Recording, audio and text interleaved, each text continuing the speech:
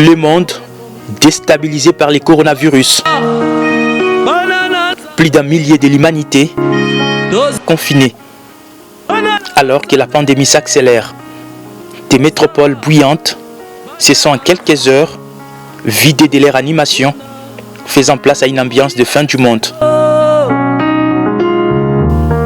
Des rues désertées des touristes et des passants, des pubs, restaurants, écoles et églises ont fermé.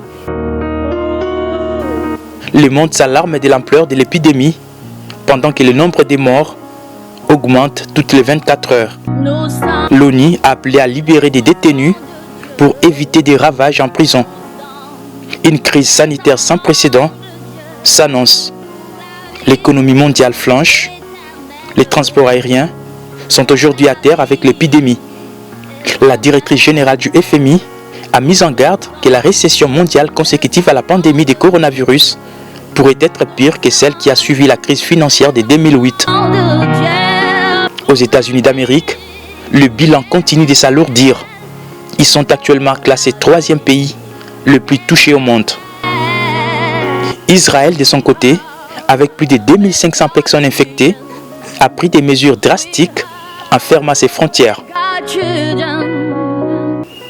En France, appelés en renfort, les soignants du service de santé des armées sont déjà épuisés. L'Espagne, 4e pays le plus touché, vient de dépasser le seuil de 4000 morts. Dans les continents africains, où l'on compte déjà près de 3000 cas positifs, la plupart des pays se préparent au pire et verrouillent leurs frontières pour endiguer l'essor de la pandémie. En Italie, c'est toute une génération qui est mise à genoux. Le gouvernement est aux abois, le système hospitalier est à bout de souffle. Les services de réanimation sont débordés et se préparent même à trier des patients à sauver. Plus de 8000 morts sur l'ensemble du territoire. L'Italie mobilise son armée pour gérer les cadavres qui s'accumulent.